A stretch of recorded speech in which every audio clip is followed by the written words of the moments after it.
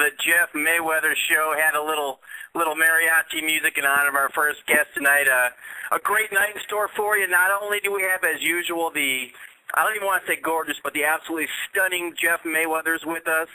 Our first guest is not only the WBC Diamond Champion, also IBF Champion, and also the Pro Boxing Insider's 2013 Hottest Female Fighter of the Year Award, and we have Ashley Ferrara. So great show tonight, guys. Welcome. How's everybody doing? Great. How are you doing? Good. Ashley, you there? I am doing great tonight. I thought everybody else was going to jump in. Well, Ashley, Ava, thanks so much for joining us tonight. I really appreciate that. First of all, let me get that out of the way. I hope you weren't angry at us for naming you that. You know, obviously we appreciate your abilities inside the ring, but, you know, we just did that for our fans, so hopefully you weren't too upset with that. No, you know, I'm flattered. Yeah. I actually had Marlen Esparza above you, but Jeff overruled me, so we had to make a change. Oh, it was that close. Wow. No, just kidding. Alex likes to talk trash. Don't listen to him. All right. Well, a lot's happened, Ava, since the last time we've had you on the show. You know, the last time you were here, you just fought Barbie, you know, obviously winning the WBC Diamond Championship. And then after that, you fought Susana Vasquez in your next fight. First of all, just tell us about how that fight went. It went well. You know, I thought I was going to go into this fight with two good hands and be able to take her out this time, but there's just something with her head. I ended up hurting my hand again, and you know, but I fought the fight strong. Did it again with one good hand, and you know, came off with a unanimous decision. Yeah. Now I know the last time you were here, you called out Floyd Mayweather. I lobbied for it. I know Jeff tried to. Jeff, what happened with that? Why couldn't we get that done? Why did he fight in Guerrero instead? I have no idea, but I don't know. I guess it was a bidding war, and I guess Guerrero won. Ava, I think you wanted too much. I think you'd priced yourself at $5 million for that fight, right? So he had to turn you down. Oh man. Mm-hmm. All right. Well, I want to get a little more. Well, first let's go into the whole beef here. I briefly mentioned Marlen. Of course, I was joking, but I know you've been talking a lot about that lately. But let's get into that briefly, real quick. You know, you guys had a little war of words there over Twitter.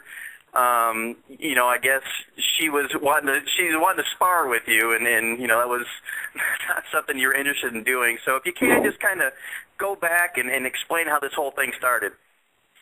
Well, I know like a few months ago she came out with this comment that she didn't respect any professional fighters. And before she said that, I was helping her out. You know, every time she would come into town, I would help her spar. You know, just get in there and throw some jabs at her. You know, and work with her. And then, you know, she said what she said. She didn't respect pro athletes. And, you know, I said what I said about it, and I let it go because, you know, she wasn't worth my time anymore. And she called us a few months back about sparring, and I just said, you know, I don't need to spar. I don't want to. You know, she doesn't have respect for anyone, and, you know, she doesn't need any help. So she had a little tantrum about it, you know. Little Miss Princess thinks that everybody should drop everything for a dime and go and help her. And I didn't want to go spar her, and she just had a fit about it on Twitter. Right. Now, I'm not sure that she wants. It doesn't seem like she has much, you know, aspirations as far as having a professional career after her amateur run's done. You know, from what she's saying, it doesn't seem like she's too interested. But don't you think it's kind of, you know, her responsibility or something that she should take up the cause for women fighters like yourself and other ones? Because coming out of the Olympics with the commercial endorsements and that kind of thing, she was, you know, the highest profile female fighter out there. At least, you know, she got some attention. Do you think it was kind of, you know, something that she should have done, taken up the cause rather than beat you guys down and say that you're not any good? She should have tried to elevate the sport in general for women. Well, you know, I can't speak for her. You know, it would be great to have her lift the sport up and talk great about all of us. But, you know, it just, I guess that's not how it is, and that's not how she feels. You know, it would help us all. we have Clarissa Shields, the one that won gold, and she's not talking trash about anybody. But Marlen feels that with everything behind her, that she has the right to do it. She's got a lot of money behind her, which is great.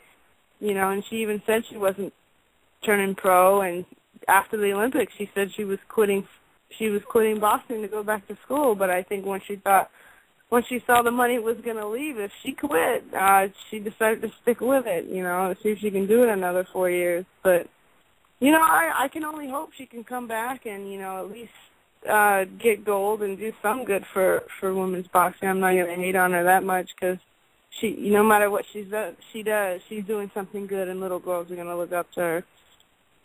All right. So now that's the thing, like you said, the money will, follow her as long as she stays fighting. I mean, she said she doesn't want to fight, but do you think even after 2016, do you think there's a chance that she will turn pro and have a run at it just because, hey, that's where the money's going to be? I hope she does. If we're still the same weight class, that's what I can hope for. She's got a champion right in front of her, and no mercy. She wants to talk sparring, but I'm talking fighting. Yeah, that's actually something I want to get into a little bit later, the possibility of you guys fighting. But first thing, yeah, the one tweet that I kind of chuckled at the most was, her kind of dogging you for saying you didn't even win nationals, and my thought was, yeah, you didn't win nationals, but you won worlds. You're a world champion, so nationals is who cares? Exactly. It's sort of like a low-profile thing to come out and say, oh, 6 years ago you didn't win nationals. And she did. I listened to her on some show, and she didn't give me credit for anything I've done, which I expected, I guess, out of her. But, I remember nationals very clearly. I got robbed, but either way I lost, and I turned pro, and look at me now, defended my IBF 3 times successfully, beat the #1 girl, Barbie, who's way bigger than she is, and, I'm just going up from here. All right. Jeff, let me bring you into this because you do train amateurs and professionals alike. I'm sure you're not familiar with Marlen and her abilities that much, but I know you're somewhat aware, at least, of the tweets there. What kind of things would Marlen be in store for as, because you seem to think that her amateur abilities automatically make her better than most of the pros out there. What kind of realization would she come to if she took off the headgear and lengthened the rounds and had a pro fight? I mean, it's totally different. And plus the thing is this, is that basically she's just riding on the wave of, women being involved in the Olympics for the first time. And just because you got, you made an Olympic team or anything like that doesn't mean anything. That doesn't make you a star, doesn't make you anything, especially she didn't get medal. So I don't know what that makes her, But the thing is this, is that, it's not, I can't say there's some amateurs that can be some pros. But at the same time, it's totally different. But like I said, I mean, she's riding the wave of just being an Olympian because it's a first-time thing, so it's like a big deal.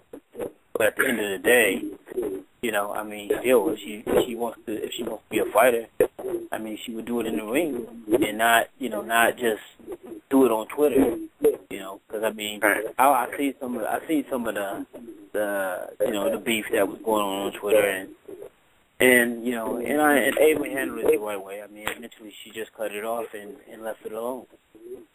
And plus you had to be worried about Marlen with her eating all that McDonald's and drinking all that Coke. You have to wonder if she can be able to stay in shape, right? It's funny because I had a friend look up one of her commercials, and she's got a lot of photo editing going on, but staying in shape is a hard deal, and McDonald's is not the way to do it. Right. Now, Ashley, you're a woman. What do you? Ava, I'm sorry, I apologize in advance. Ashley gets really catty, so if she gets out of line, please, accept our apologies. But I don't know why I pick. See, I used to pick on Jeff all the time. Now I just pick on Ashley. Anyway, Ashley, I'm sorry. As far as I know you're a fan of boxing. I don't think that you're a really big fan of female boxing. If you are, my apologies. But what do you think?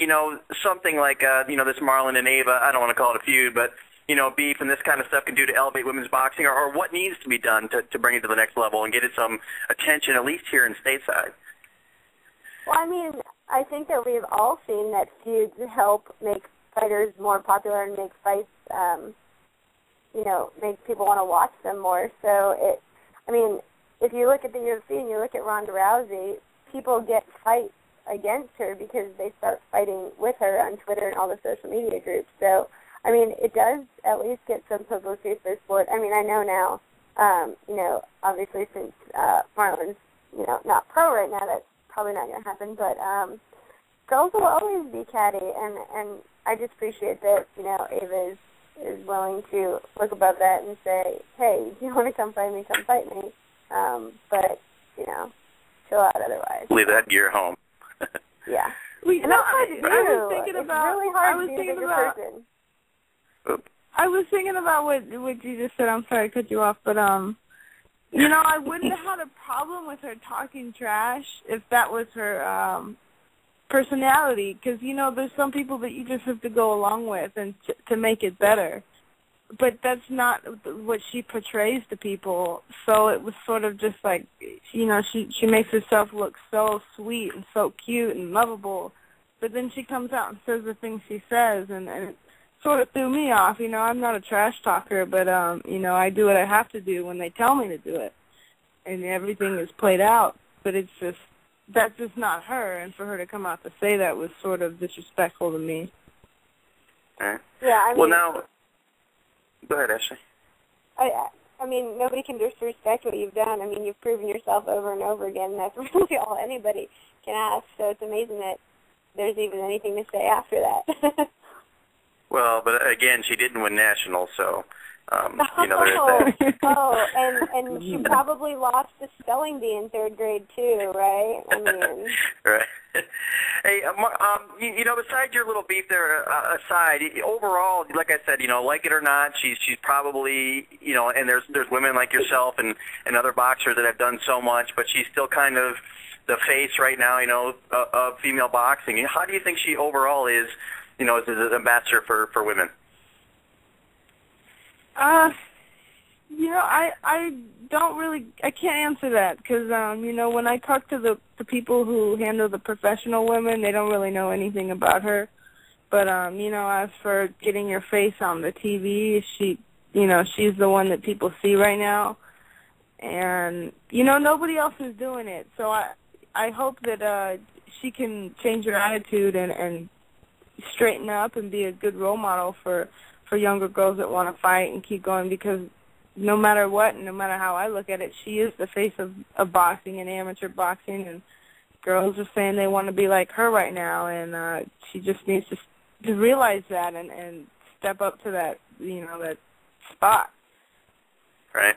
Now, you said you're not a big trash talker. You just kind of do it when you're told and that kind of thing. I know you've had a couple fights with Keisha West. Obviously, you guys get along really well. She was kind of on your side in that little beef. But was there one fight that in particular that you went in where there was no prodding needed or nothing forced, where you really legitimately didn't like that person? No. I think there's I've never gone into a fight not liking anybody. I know after the fight it's totally different. Some people can accept they lost and some people can't. Like after Barbie and I fought, she didn't take that loss. She thought she won, and I looked at her and I said, "You lost. Deal with it." And she walked out of the ring and shook nobody's hand. And I saw her last week. I ended up going to Mexico for a big award ceremony, and I looked at her, and I wasn't even gonna try and say hi. Just because we could just keep that going, and I didn't feel like being disrespected by her and getting brushed off, so we totally just went the other way. All right. Now here's something me and Jeff have gotten to. We've had discussions about. We both agree on this, and what I think is one of the big problems with female boxing is that, like your last fight, for example. There you are fighting for championship, and I know you had problems getting an opponent, but to the casual fan, the guy that doesn't know much and is like, well, maybe I'm going to check out some female boxing, maybe I'll get into it, they're looking at a WBC, flyweight championship fight, you against a girl that's 8-7. You know, and I know Jeff, like I remember when Jeff used to work at the Hit Factory, there was a poster, I can't remember who it was on the wall, Jeff, but it said like 5 times world champion, and the girl was a 15-10 record. Mm-hmm.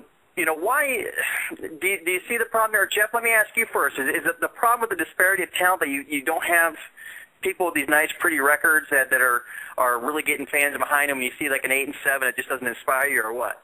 Well, I mean, I think there's 2 things with women boxing. One thing is that what you just said. You know, you do have, you know, a person that can become champion in 5 or 6 fights, or even have an upside-down record and still win a title.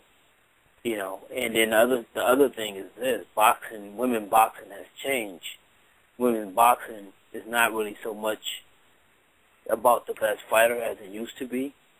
It's about, you know, because even now most promoters, they're looking for, like the Ava Knight, they're looking for a pretty face that can actually fight. She's not just a pretty face; she can actually fight, and that kind of hurts the sport as well. Because I mean, you have, you know, some women that, you know, can actually fight, but they just happen to look, you know, they don't have that look, so they're not going to get no attention. They're not going to get no shine. They're not going to get, you know, no spotlight at all. And you know, and that's kind of unfair, because it's a sport that's based on talent. It's not based on looks.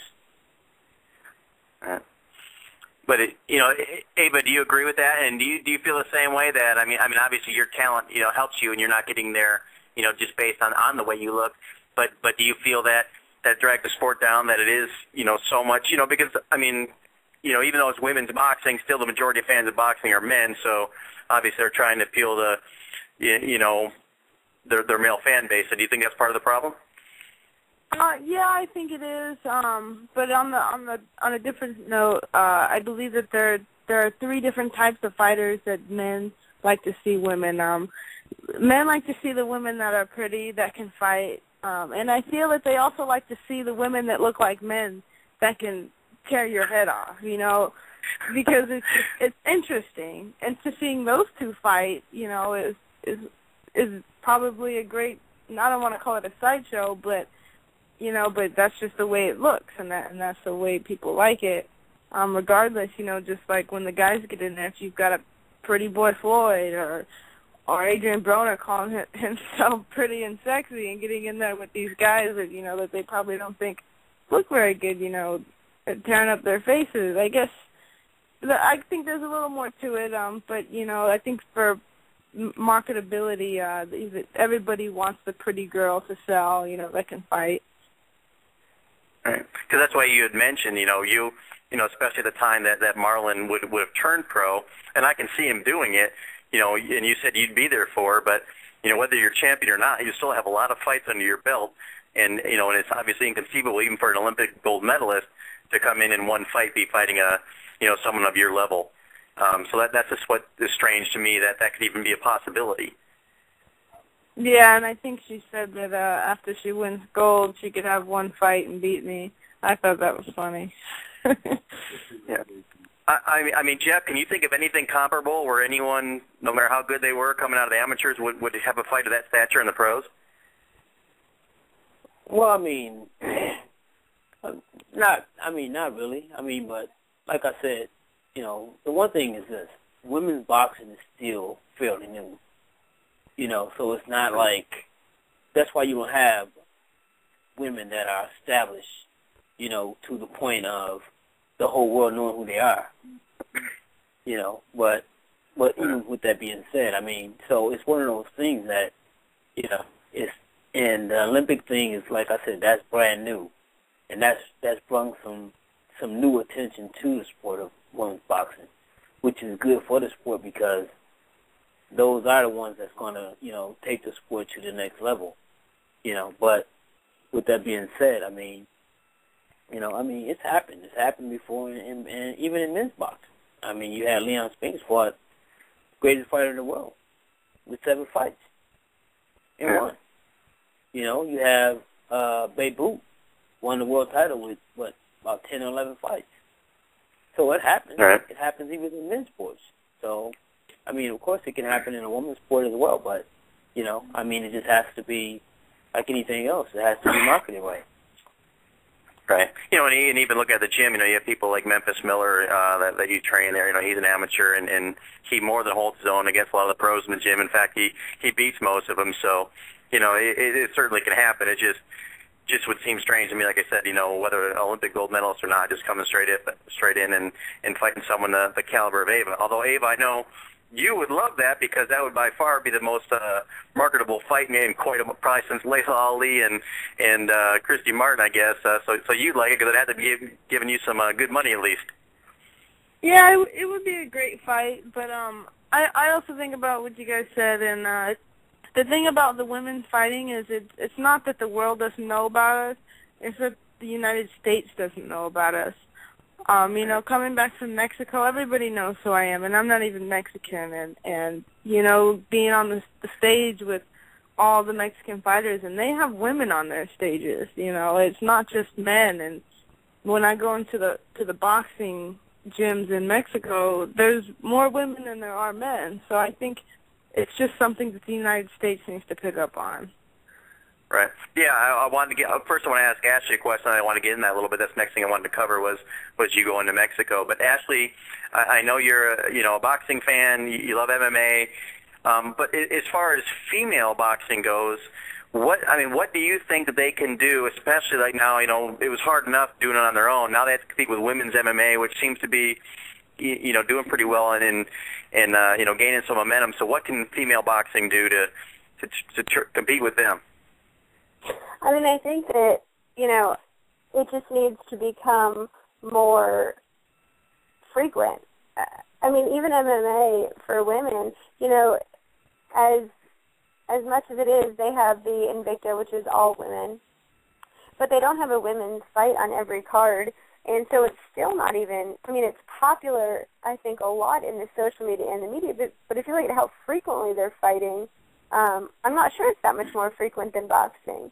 And, you know, if you can take it and make it more pop culture friendly, that would have to be the way that you do it.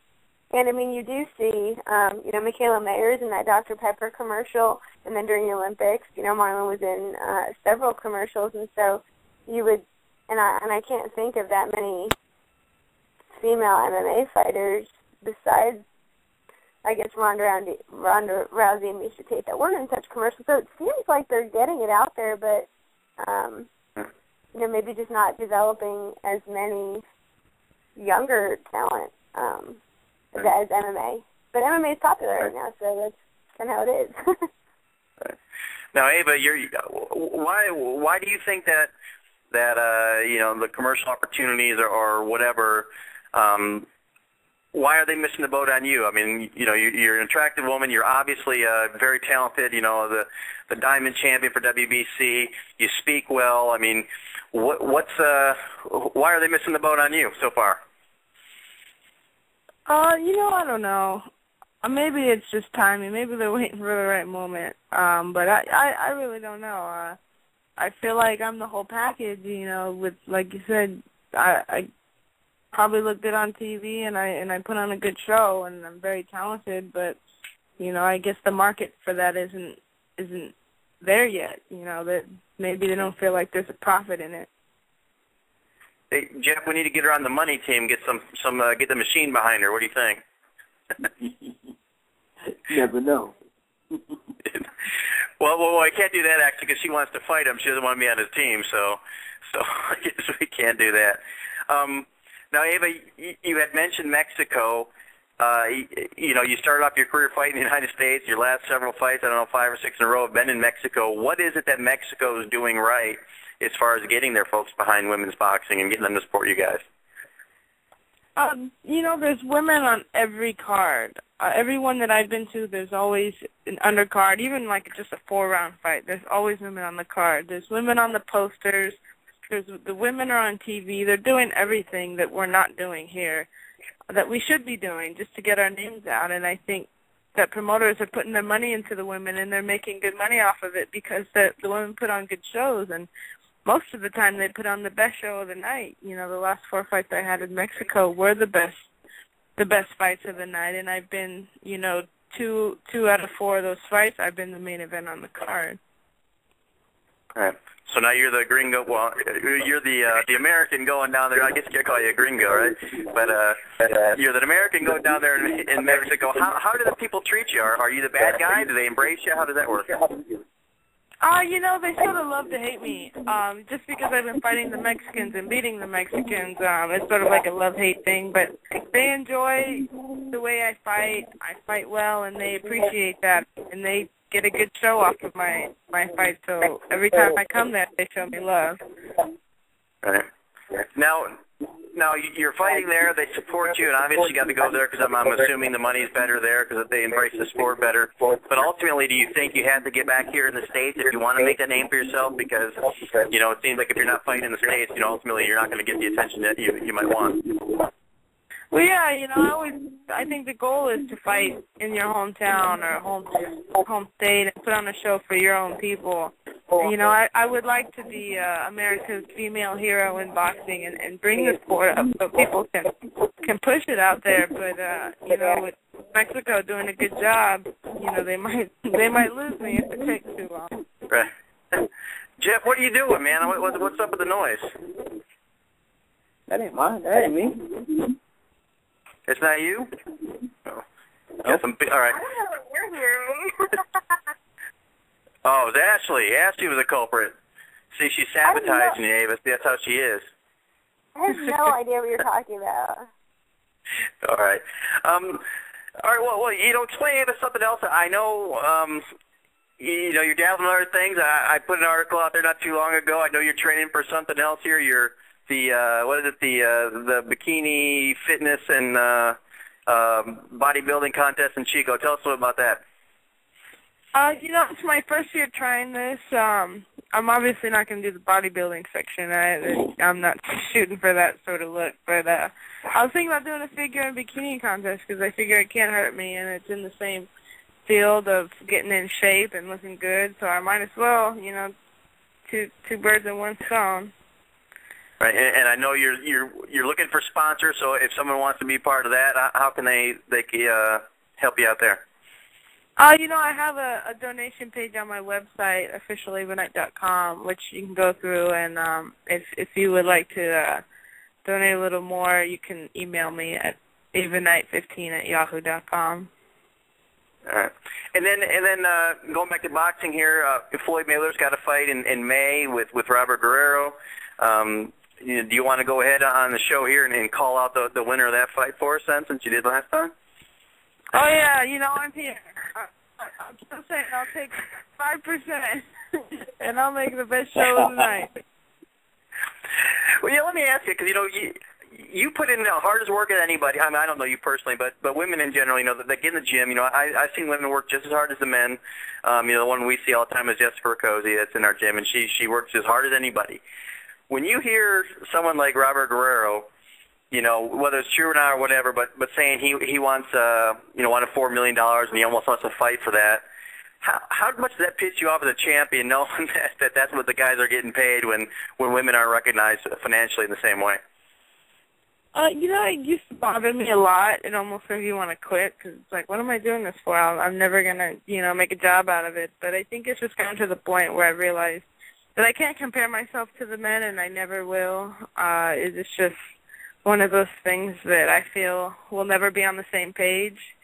But, I just do the sport because I love to do it. And, right now Mexico is putting food in my mouth. It's certainly not a real job for a whole household income. But, it pays well, and I'm doing okay. And as long as I'm doing okay, I'll keep fighting, for the love of it. And Jeff, let me ask you this. Do you think that, it's obviously never get equal with men, at least, not in our lifetime probably, but do you think it's going to take another Layla Ali type to get some kind of interest in women's sport, or do you think that if it's done right, just the competition itself will at least be able to increase recognition for the women? Well, I think that it's going to take, it's going to take more than one Olympics. I think that Olympics, women being in the Olympics is going to have, that's what's going to change it, because they're going to have women that come out of there that actually, once again, they're going to have to be able to fight really, really good. If they're not attractive, and if they're attractive and they can really fight, they're going to be marketed in a way in which, you know, women's boxing can become prominent again. Other than that, no, you need a Layla Ali. You need somebody that has a history tied to somebody that's already been successful. I mean, because that's when women's boxing was at its highest. When you had, you know, all these famous daughters coming out to fight just because of their dad's name. That's what made women's boxing prominent. The women themselves didn't make boxing prominent. The history attached to that made the boxing prominent. So, you know, and that's one of those things, you know, and so the only way that's going to happen, like I said, either somebody, you know, with already a legacy, daughter is going to have to, you know, step into boxing, or a person is going to have to be made through, you know, the Olympics. That's the only way it's going to happen. Do you have any daughters running around out there you don't know about, Jeff? No, I ain't got that. Oh my God. Hey, Ava, you know, going on what he said, with, you know, like other sports like gymnastics and you know, some other different sports, I can't think off the top of my head, but, you know, they see a bump after the Olympics in popularity, keep little kids signing up and wanting to be a part of it. You know, this is the first time for women in boxing and the Olympics. Did you see a noticeable increase in interest in as far as participants go from women following the Olympics? And is it like a fad? Is it starting to die out already, or is the momentum, you know, going in that way? I think they were always good in the gym. I think with it in the Olympics, it was just a little more bump for girls to be like, oh, I want to try that. But you know, just like the men's, either way you look at it, boxing is a tough sport, and not everybody can do it. So the girls that are willing to do it and put in that were already in the gym are probably the ones that are still in the gym. Right. And just final thing, you know, going back to what I touched on records, you know, you get some of these girls that, you know, are pretty much not legitimate. You know, like I said, you see these poor records fighting for championships and that kind of thing. I still think that, you know, depth is one of the huge problems. There's not enough, you know, quality fighters out there. How many people, you don't have to name names, but in your division, like how many people do you think are tough, legitimate, good fighters? 10, 15, 20, 5? Yeah, I think there's about 100 girls in my weight class worldwide, which is not a lot compared to them. And I would say... No, I mean that are good, not just fighting. But, you know, I would say maybe 15 girls that would put up a good... Either they would... If you can't knock them out, they're just going to keep walking forward and put up a good fight, or just naturally have skill. I would say about 15 girls, which, you know, eventually leads to an end. You know, you can only get far with 15 fights, but, you know, that's where the girls go up and down in weight class. But, like, you know, the girl that I just fought, Susanna, like, she's got 7 losses, and, you know, the average fan wouldn't know that that girl that I just beat has only lost to girls who have been number 1 and been world champions. So, you know, to say that she isn't worthy is, you know, something wrong to say. But, you know, she did lose to all of them, but she was in the ring with all champions. That's true. So it actually shows both points. First, that, you know, that maybe she was better than you think, but also it shows that, you know, some people are getting fights with people that a little earlier than maybe they should, you know, whereas in men you see a lot of them, you know, there are exceptions, like you mentioned, Spinks and folks like that, but you'll see a lot of these guys, you know, fight, you know, 15, 20, 25 times before they, or in Canelo's case, you know, 40-something times before they really step up and fight top guys. So, you know, that's something you know, hopefully they'll be able to change it and fix that, and they'll be able to get a lot more interest in the sport. As far as you go, you know, you're just in Mexico. What was that for? And then also, what do you got next? You got a fight lined up? I went to Mexico last week for a Televisa Awards. It was for all the fighters that fight on Televisa, which are mainly the Mexicans that they, you know, have main events for and that they love and put on the fight cards. So it was just, they gave out awards to, you know, the people who made the the best fight of the year from 20 years ago all the way up to now. So it was an honor for me to be on the stage with all of them. And, you know, it was awesome. And we're looking for a fight in April. We're running out of girls that are willing to step up at 112, so we don't know if we're moving up or down or to the next weight class. But, you know, hopefully I'll just be in the ring. That's all I care about. All right. And then just tell them real quick as far as, you know, we had a great time having you on here. As far as, I know when they plug your shirts, I know you don't have any larges left, but I know you have some shirts for sale there that are obviously going quick because you're running out of them. But tell us about those and then where the folks can keep up with you on Twitter and that kind of stuff. Yeah, I got some shirts online, you know, like on my website, officialavaknight.com, and it has everything about me, the fights that I've had, you know, pictures. I think there's some videos. You can follow me on Twitter at Ava_Knight and Facebook, you know, .com/officialavaknight. And I always respond the best I can to almost everything I can, so I'm always doing everything myself. Okay. Jeff, closing words from you? Nope. I'm nice. He's mad you called out his nephew there, I think. He hasn't recovered from that. I hope it happens. Hey, you better called out your nephew. What's that, Jeff? You started to say something. I said I hope it happens. That'd be interesting. Ashley, what about you? I mean, I just want to wish you good luck, and I really hope that people will actually step up and fight you so, you know, you can have some fights and we can see you in the ring more. Yeah. Thank you. Hey, Jeff, last thing. How do we get Ava a fight here in Las Vegas? I mean, is there just no market at all here for female boxing? I mean, I'm sure it is. But I don't know exactly. Jeff, you said it yourself. You know, you gotta have a name or a man behind you. You gotta be the man in front of the woman to help the women. You know, you get the name. Not saying, you know, you're the one with the name. Why don't you help some women come out and push them out there? You know. I will push you all the way out there. No, actually, you know what? Push me off a cliff.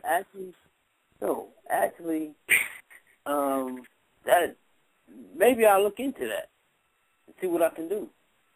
But I'll tell you another place that's prominent for women boxing is Trinidad. Actually, the women are always the main event, and the guys are always the undercard.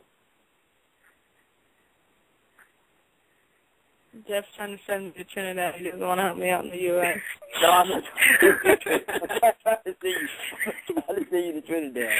No, like I said, maybe I'll look into trying to, you know, help you possibly get on one of these cards out here. Yeah.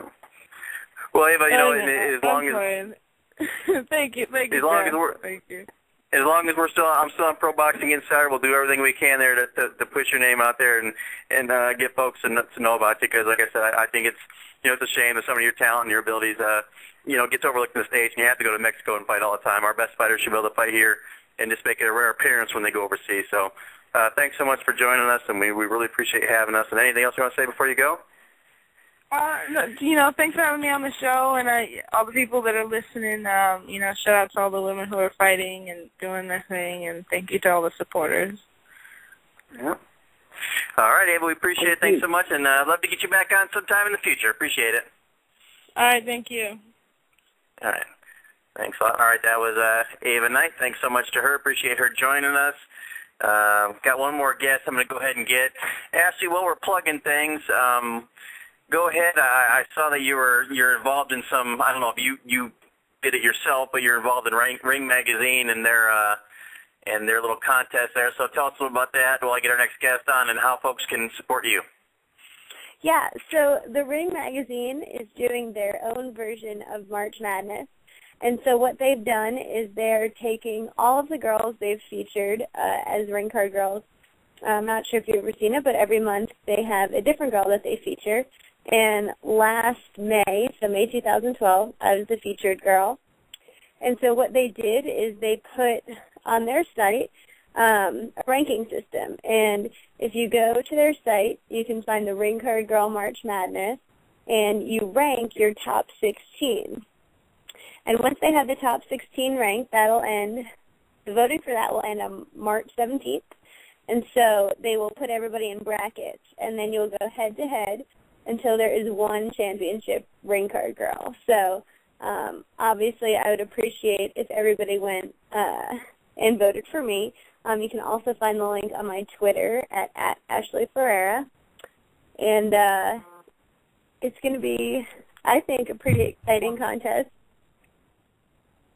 And there's some pretty stiff competition, but I've had a lot of support from my fans so far. And the tricky part of the contest is that you can vote as many times as you want. So, I mean, I've just been trying to vote as much as I can, begging everybody to vote as much as they will. So we'll see, but the champion will be crowned, I think, in April. All right. Hey, well, good luck with that, and certainly everybody get out the vote there and support Ashley if you can. She deserves it. Jeff, this guy's been bugging me on Twitter here for a while. I'm sick of listening to him. He keeps talking about how terrible Floyd is and how Guerrero's going to kill him. So I'm going to give him 2 minutes to come on here and just say his piece, and you can defend your guy there. So area code 408, you're on the show. Welcome. Hello? You there, 408? Go ahead. You go ahead and tell me what you're saying about Floyd. What? What are you on drugs? Did you just say I was bothering you to get on this show? Oh, you're not going to play along. Anyway, we got Mike Kogan with us here. I was trying what the to hell play are you along. talking about? You're trying to make me be a poser? You said I've been bugging on Twitter to get on your show? You must be smoking crack, son. The hell are you talking about? What's up, Jeff? You wanted me to get on here to bring a little happiness to your show. I can't talk about Floyd. I don't know shit about boxing. What's wrong with you people? Yeah, before we get started here, if you have young ears listening to the show, turn it down because Mike is unfiltered. He's going to say what he thinks. So if you get offended easily, I'm at Best Buy in Temecula. I don't want to get arrested. All right. Well, first of all, welcome to the show, Mike. You're on with myself, Jeff Mayweather, and our co-host Ashley Ferrara there, ring card girl extraordinaire. Welcome to the show.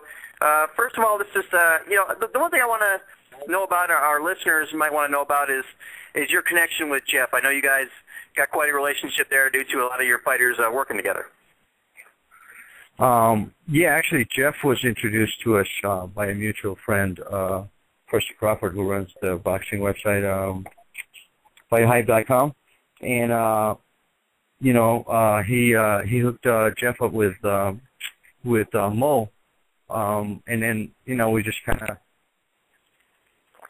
sent Mo up there and have him train with Jeff, and we really liked it. And then, I met Jeff, and, we kind of became friends, and I think he brings a tremendous amount of value to the guys that I've sent to him,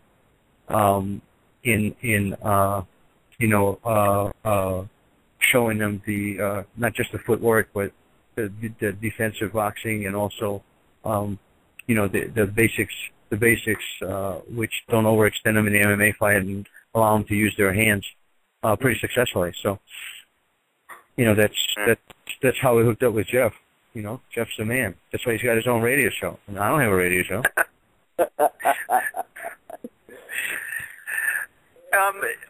Before we get into the specifics of what he does, real quick, who are some? I know you started off with Royce Gracie, but people that don't know you, who are some of the fighters that you're currently involved with and you have been in the past? Because I know it's a pretty impressive list.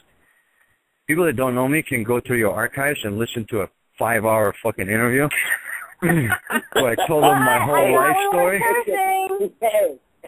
Oh, sorry. They can listen to an extremely long interview that I did on your archives.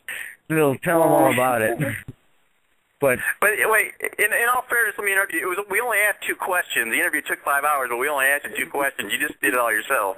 Because you let me talk, dude. That's right. Easiest interview I ever had. I said, "How you doing, Mike?" Exactly, and then I said, "What else?" That's exactly why he doesn't have his own radio show. Yeah. I know, right? If I had my own radio show, I would never be able to get a sponsor because I curse so much. They'd be like, "Dude, we can't be part of this." So anyway, who are some of the guys you work with? I work with Mo. I work with Roy Nelson. I work with guys like Brett Cooper, Jason High. I work with Syed Awad, who's in the Bellator 155 tournament final. Georgie. I don't know. I work with a lot of really, really good guys. Derek Bronson. I don't want to miss anybody out because people be hitting me up and be like, dude, what's up with that? You name drop me. What about Ryan? Put on the spot. Yeah, Ryan Martinez. Yeah, see what I mean? Like Ryan would have been, I've been on his shit list, and I'm going on his fight. So you're going to get me in trouble. That's why I just said I work with a lot of people. But you wouldn't leave it at that. Yeah, you're a manager of Ryan Martinez. You're sending that poor guy to Maine. I think he's going to stick out like a sore thumb there, huh? Yeah, he probably will. But, he sticks out as a sore. Unless he's fighting in Southern California, he sticks out as a sore thumb everywhere. I mean, never know. Right? Jeff, so what's it been like, obviously, being involved with someone like Mike helps you a little bit, or did it, was he kind of the driving force behind you getting with all these MMA guys, or how did that work out? Yeah, I mean, when it comes to MMA, Mike's my guy, he's a great guy, not just with the MMA thing. He has a great personality, always joking, always having, fun time, so he's a great guy to be around, but he's also serious about, what he do. And so, I feel honored to be working with this guy, and I feel, it's a good feeling, to have someone that actually believes in what you're doing, and, and it actually continues to give me work, and help my name, grow in the MMA world as well. Right. The one thing, Mike, I want to ask you about, because you have the guys working with Jeff. You have Ryan, you have Roy, you have Mo. Obviously, Mo had the disappointing loss a couple weeks ago.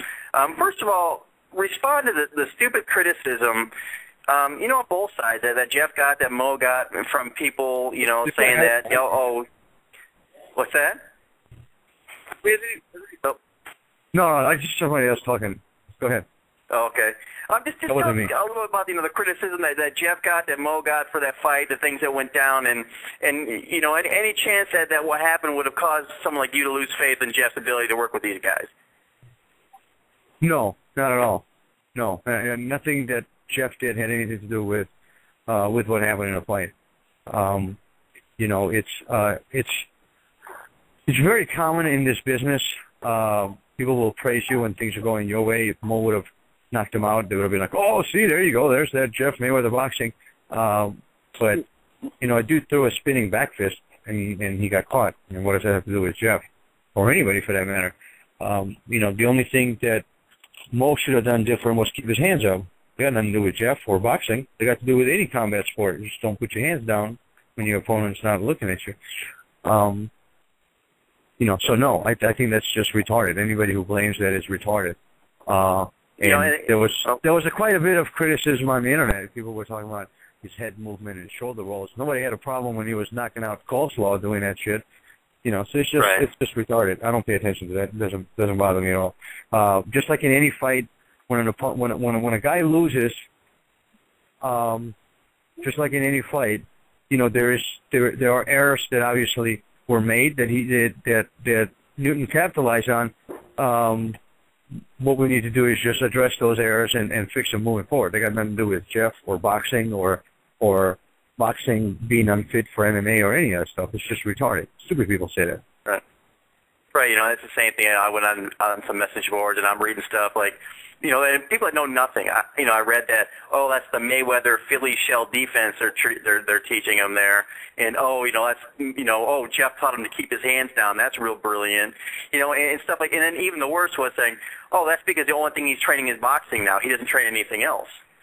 And it's just stupid stuff like that. People that don't know. I know, of course, it's not true, but because he's a Mayweather, he gets most attention. So they say, oh, he's only training that. So Jeff, what are your thoughts on that? As far as the thing is that that just comes with the territory, and I'm sure that Jeff has been exposed to this kind of stuff with even his boxers. I mean, bottom line is when you are kind of a celebrity name amongst the sport, with the good comes the bad. You know what I mean? For every knockout he gets praises for, and then people will, bitch about it when it doesn't go your way. But in MMA, it's just more profound because MMA fans are retarded and they just bitch more than anybody else. So whatever, it's cool.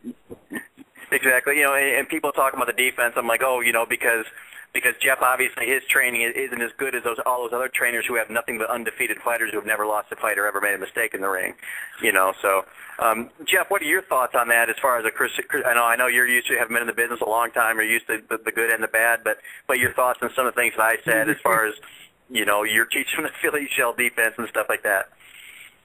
Well, first of all, I don't even know what no Philly shell defense is. But the thing is this, is that, no, any fighter that I train, I teach them to keep their hands up.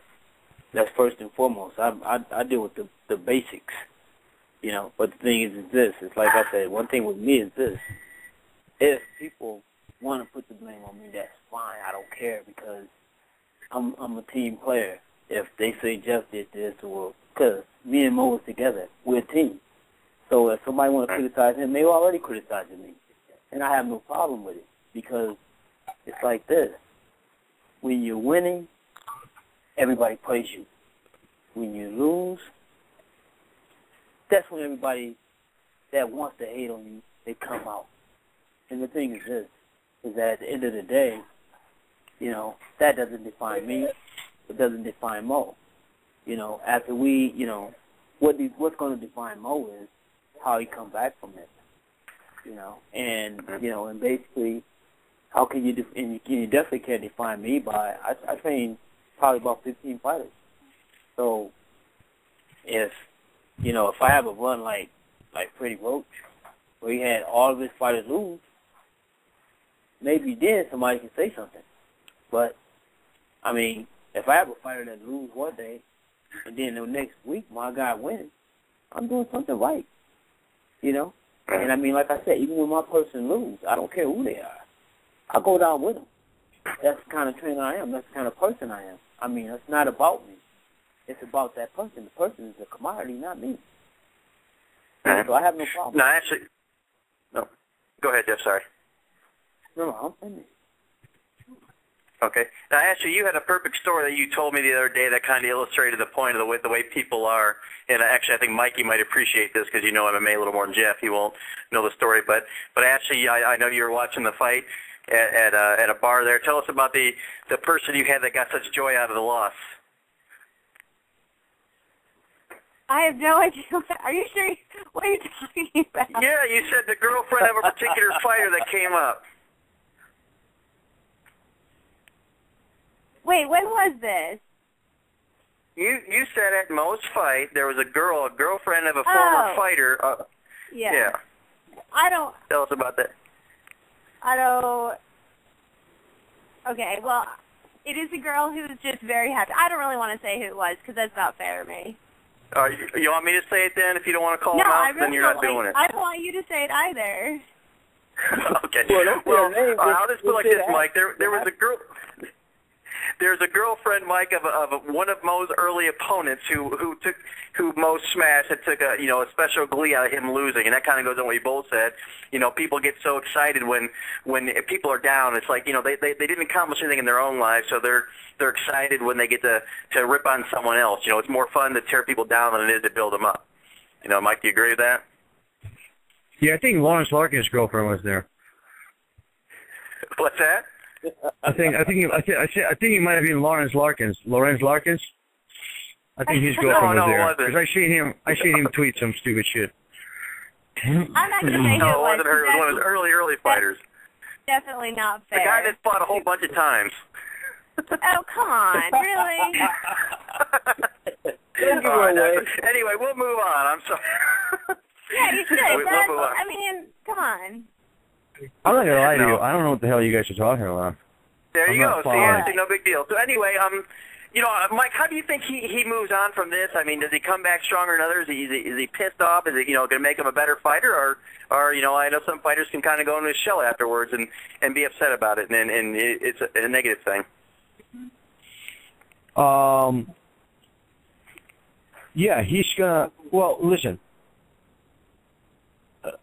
I think it's just cliche to say he's going to come back stronger than ever, and he's going to rise up, and he's going to do this, and he's going to do that. I mean, he's not dying of cancer. He just lost the damn fight. He made a mistake. He's not going to make that mistake again. We already, we sat down. We already analyzed what went wrong. We looked at the root of the problem. We've identified the root of the problem. We're going to address it. We're going to fix it. The only thing that we're going to learn as a team from this, not learn, but take away as a team from this, all of us, not just Mo, but me and Jeff and everybody else involved in here, is that we're just going to analyze and reanalyze situations and be more proactive in looking for errors and fixing them than being retroactive and fixing them after the fact so that they don't happen again. But, to say that he's going to come back stronger than ever, I mean, that's just cliche. He's not going to be any stronger than he is now. He's going to be just as strong and just as good. We're just going to try to, pay more attention to the errors and to the flows, and believe me, and without disclosing too much, we have identified a few problem areas, the ones that we saw even in the first fight, that we're going to address and change some things around. And that's it, and then he's going to come back and he's going to go back to doing what he's doing, and 2 fights from now, none of this will matter, and, it is the way it is. Right. Well, without disclosing too much or what you feel comfortable disclosing, the two, besides the obvious that his hands weren't up, but the 2 things that he caught the most criticism for, or people believe was the biggest problem, was that he was overconfident in the fight, and also that he, totally abandoned his ground game, that he's, too happy to be a boxer at this point. Well, do you agree with here's that? The thing. I don't agree with people saying that he was too overconfident. He was confident going into the fight. What is he supposed to do? Not be confident? I mean, if you're going to walk in a cage going, holy shit, I hope I win this thing, then you probably shouldn't be there in the first place. He was confident going into the fight because he knew that he has all the tools needed to win. Just because you lose doesn't mean you didn't have the tools to win. It just means you made a mistake and your opponent capitalized on it. Good for him.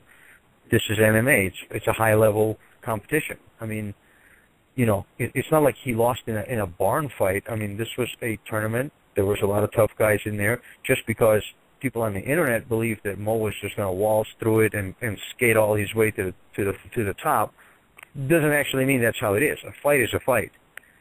You know what I mean? If you don't believe that, go tell Bigfoot, who just knocked out Alistair Overeem, how much people believed in he was going to do that.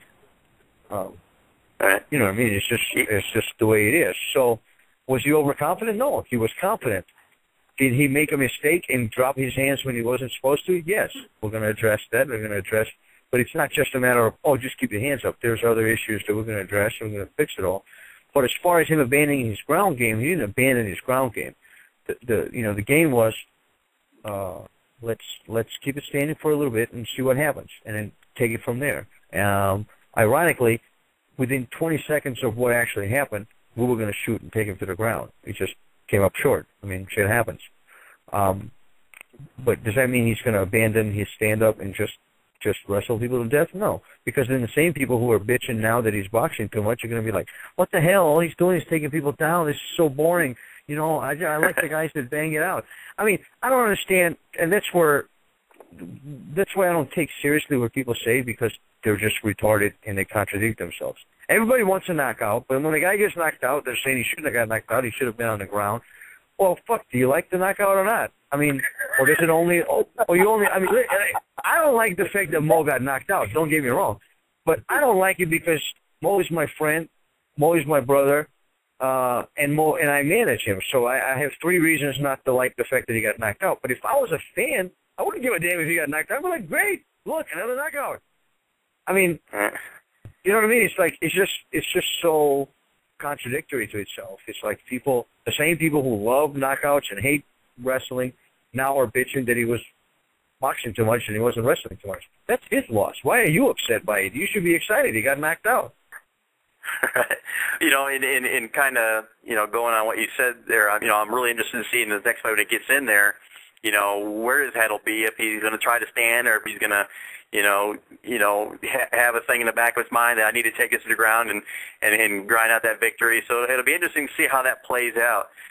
Jeff, I'll tell you right now, this is not going to affect the way he fights moving forward. It will affect certain aspects of the strategy that we're going to build around. But he's not one of those people who's going to be haunted by a knockout for the next 3-4 fights and, you know, has to work his way back in. I mean, we're past that already. It's not going to be a factor. We're not going to abandon, certain aspects of his game and just go to the safest route possible because of it. That's, you know, and like you had said, you know, talking about being tough guys in the tournament, that kind of thing. That's the one thing I always get yelled at. Probably, you know, Mo yells at me for a lot of things. You know, he's, you know, in the words of Roger Mayweather, he thinks I don't know shit about MMA. So, but his favorite thing, and Roy too, is when you bring up rankings, like you say, you know, anybody can knock out anybody. You know, you ask him, you know, well, this guy's is, you know, who's your top 2 or who should be the next. You know, to them, basically, you know, everybody that's in there is pretty tough, and you're wearing those little gloves, and anything can happen on any night. And obviously, we saw that. You know, 4-ounce gloves. Doesn't take much to knock somebody out. Right. Yeah. Jeff, your thoughts on, you know, just what he said as far as work going forward, you know, any change of what you're doing as far as working on the boxing, still, you know, a vital part of the game plan, or how you guys working together? I mean, of course, the one thing that, you know, that sticks in your mind is the fact that you got caught because your hands were down. So basically, it's one of those situations in where, of course, you know, Mo, even himself, I mean, he's kind of punishing himself in regards to that and want to get it right, you know. And so basically, you know, we've made kind of like a little deal, which if I hit him, it's like every time I can actually land a punch on him, he gives me $1. You know, so and so basically, that's his way of forcing himself, you know, to keep his hands up, you know, and that's fine. I mean, of course, I don't care if he ever gives me a cent. That don't matter. But you know, but I mean, I like the fact that, you know, he's taking the initiative himself to wanna keep his hands up, you know. And so I mean, we're on the right track. We're going in the right direction. You know, and just like Mike said, I mean, one thing is that, you know, Mo is he's still Mo. He just happened to get caught by a punch that he didn't see. But he's still the same fighter. Still the same person. And for the people that have given you criticism and him criticism, you know, saying that, well, that's because, you know, boxing, you don't train for spinning back fist. You know, Mike's already touched on it, but, you know, explain that, you know, you're not, people seem to think that you're the guy in his corner designing the game plan for him, you know, and you're the one that does everything, and the entire, you know, the entire game plan is up to you. You know, explain your role in Mo's fights. Well, I mean, basically, of course, I mean, my thing is I'm his striking coach. That's it, you know. I mean, I don't even know nothing about kicking. I don't know nothing about taking nobody down. I don't know nothing about these side bars, cross bars, whatever, pounding, ground and pound, whatever. I don't know nothing about that stuff. I know boxing, you know, and I'm not trying to act as though I know anything else. You know, I mean, Mo came to me, you know, to get his hands right, you know, and, you know, like I said, I mean, when Mo first came to me, at that time, he probably was fighting the biggest name of his career. I'm not 100% sure, but I know it's the Gracie, and I know everybody know who the Gracies are. Padre Gracie, you know, and I mean, and when Mo knocked him out, nobody had a problem with anything, you know. And then when he came around, he knocked his other guy out. Nobody had a problem with anything. But the second you lose, now all of a sudden you're being analyzed. You know, I mean, when he won, he was the greatest thing since sliced cheese. But that's how it works. You know, I mean, you got George St. Pierre got knocked out, didn't he? And he's the top guy in the sport. I mean, and like he's like He's like a god in the sport. But he's the same guy who got knocked out cold. You know, right. So it's no different. You know, that's just how it is. I mean, you just have fans are fickle. You know, you don't have some right. fans that don't like you, so they're going to criticize you. Then you have other fans that like you and love what you do, and they're going to support the fact that, oh, you got beat, you got knocked out. But hey, we're looking forward to you coming back. So it's just part of the game. You know, you got to take the good with the bad. Right. Well, you know, and I forgot what I was going to say. Never mind, we'll move on. Actually, last thing I want to ask you, Mike, but I think Ashley's take first. You know, fight coming up, Roy Nelson. We've got Shea Congo coming up. Ashley, thoughts on that fight? Have you looked at it yet? And how do you see that fight playing out? Yeah, let's get Ashley first, Mike, and we'll finish up with you. We looked at the footage. I've talked to Roy, kind of make sure we're on the same page. I'm actually going to come up to Vegas after I get out of here. I'm in Temecula right now. I have a guy fighting on a 185 tournament in Bellator on Thursday, and then after that I'm going to come up to Vegas and we're going to meet up with Roy and just kind of sit down and spitball some ideas and talk to Jeff. And you know, ultimately, Roy can win this fight anywhere. Roy can take Shea Congo down and he can submit him, or Roy can just knock him out standing. It's just that simple. And I think ultimately Roy's going to end up knocking this guy out, just because it's going to come quicker than a submission on the ground. Shea Congo is a little tough in the first round and a half, as far as keeping him down from a takedown. So, you know, I think Roy can put him away in that same time frame, so we don't have to wait for him to tire out and then get him to the ground. But if need be, he can just get him to the ground and submit him with relative ease. Right. So.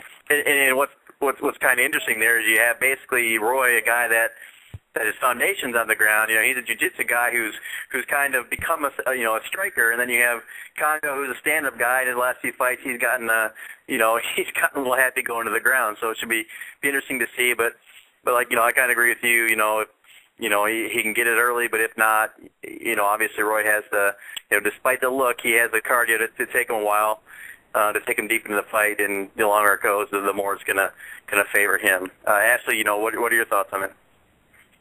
I mean, it's one of those fights where, you know, they both have 18 wins, they both have 17 losses, and they couldn't look more different. I mean, if you just looked at them, you know, like you said, I mean, I don't know if anybody really put their money on Roy, but, you know, I like my country boys. You know, his nickname's Big Country. I live in Oklahoma. But this fight is exciting for me because it is in my home state. So. Oh. You know, Jeff, I know you told the story before, probably on the show, but I always love the story when you first met Roy. You know, you didn't even think he was there to train, because that's the one thing. You know, you look at Roy and, you know, he's a big dude, but he doesn't necessarily look like, you know, tough as he is. So tell us the story about when he first started training with you. No, I mean, well, it was kind of funny because I had never heard of Roy Nelson, you know, ever at all, because I never followed MMA, so I didn't know who this guy was. And so Mo had told me, you know, that, you know, because they wanted to train with me, and this would be my first time ever meeting him and his wife. And so they happened to come to Mayweather boxing gym when actually Floyd was training. So someone had to come into the gym to actually get me, to bring me out, you know. And I mean, I'd never seen this guy, Roy Nelson, whatever, you know. And so, I mean, he don't necessarily say he's Roy Nelson. They just say, we're here to train. And I'm like looking at this dude. I'm like, what? We're here to train, you know? Because I mean, he doesn't look the part, you know. Of course, I mean, he doesn't look the part. But once I got a chance to know who Roy is, beyond just the exterior, I mean, he's not only a great person, he's a tremendous worker. This guy works hard. He works extremely hard, you know. But I mean, it was funny because of the fact that I'm looking at him and I was thinking he was talking about his son. I'm like, you know, Roy Nelson. I mean, because he had his beard, you know. I mean, he looked like an old guy, but you know, of course, you can see that without the beard, he's not old at all. It's just that, you know, he has the beard. I mean, that's part of the country image, I guess. But you know, I mean, no, it was a very, very funny, you know, funny story. But you know, like I said, at the end of the day, I got to know the person and, you know, and his work ethic, you know, and that's what, you know, I mean, now it's almost like that guy didn't even exist that I met that day, you know, because I know how hard he works, you know, and just because you know, that's the reason why he has such a huge following, because he looks like a couch potato. He looks like a guy that sits down, drinks some beer, and then goes out and say, "I'll whoop your ass." That's what it looks like. But that's not what it is, you know. This guy works tremendously hard, you know, and so anytime you see Roy in there, don't care about what his shape is or if his stomach's poking out. That's all fun. But the one thing is that he's going to deliver, you know, and when he do deliver, it's going to be in, you know, in devastating fashion, and that's what, you know, that's what he's done ever since I've been working with him. I mean, he's been delivering in devastating fashion. So, I mean, and I have the ultimate respect for him.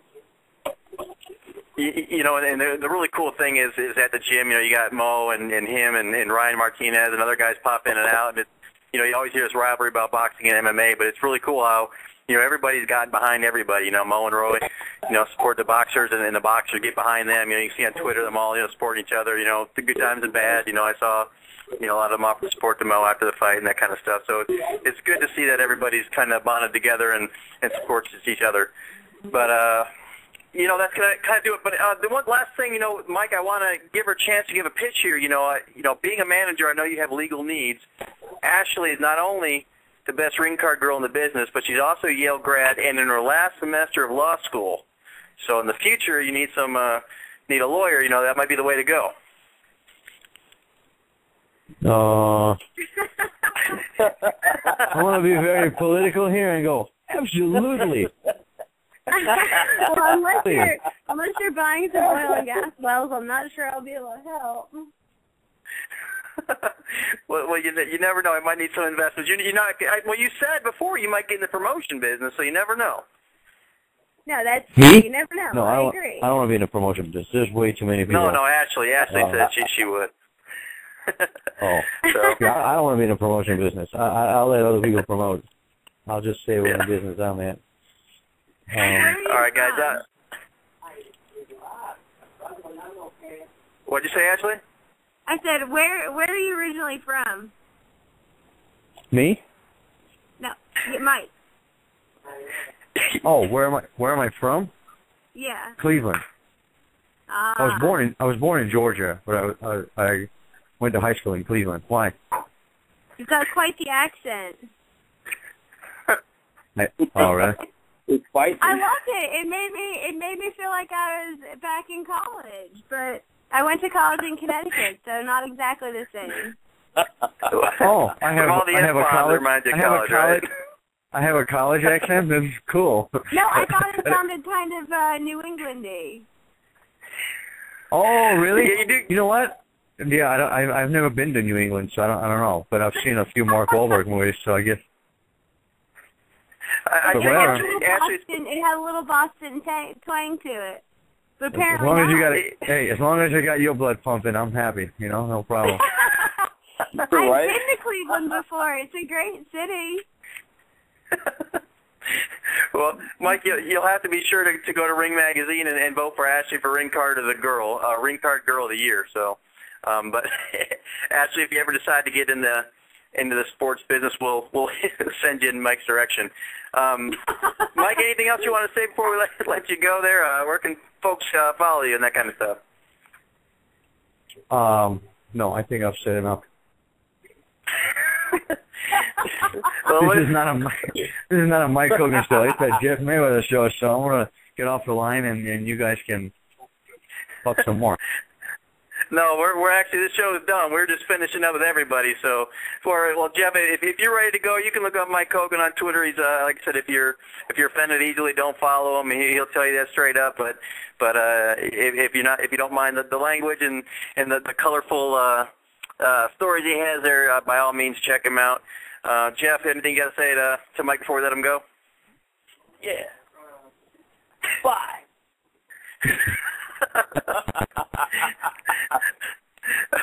All right. Actually, I'm going to do first. Ashley, anyway, what about you? Anything else before we let Mike go? No, I think that if we meet in the future, it will be at my own risk. Yeah, absolutely. Hey, you know what? I have downloadable ringtones if you ever want to hear me talk some more. You know, if you ever want to take a trip back to college, you can always download my ringtone. I'm sure that'll go off in the most. I'm sure that'll go off in the most appropriate place, the ringtone. All right, Mike. We appreciate it. And my phone on vibrate. Yeah, that's what I'm talking about. See, you can put your phone on vibrate and give me a number, and we can talk all you want. I'll take you back to college, high school, wherever you want to go. I don't know. You got some competition. Larry Holmes invited me over to his boxing glove-shaped pool, so I don't know about that. All the Viagra in the world couldn't help Larry Holmes. Don't worry about that.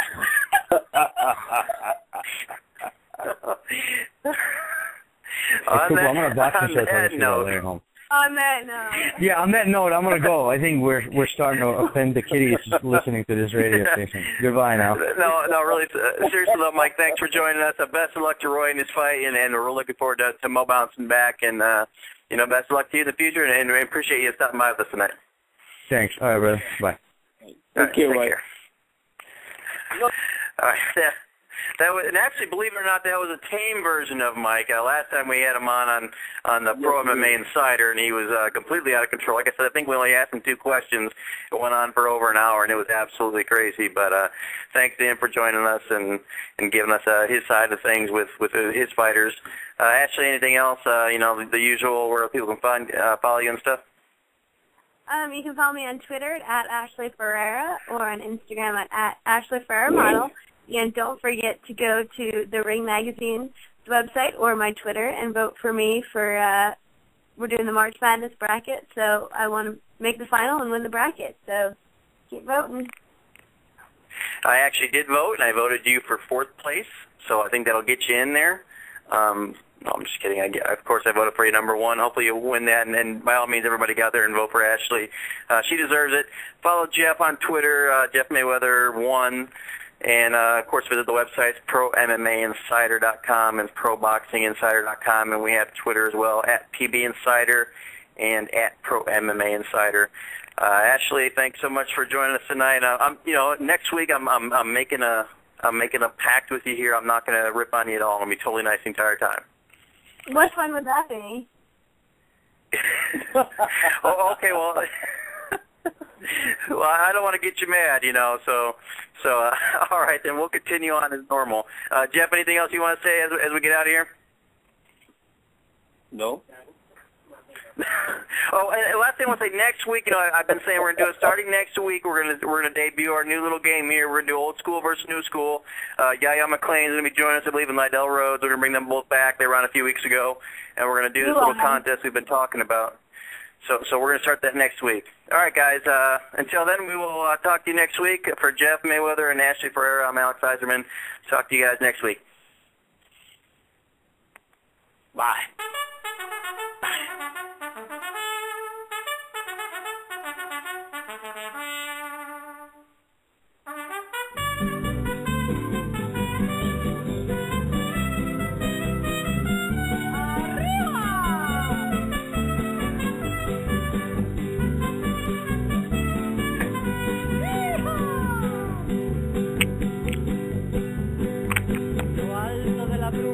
Serranía, acampados se encontraba un regimiento.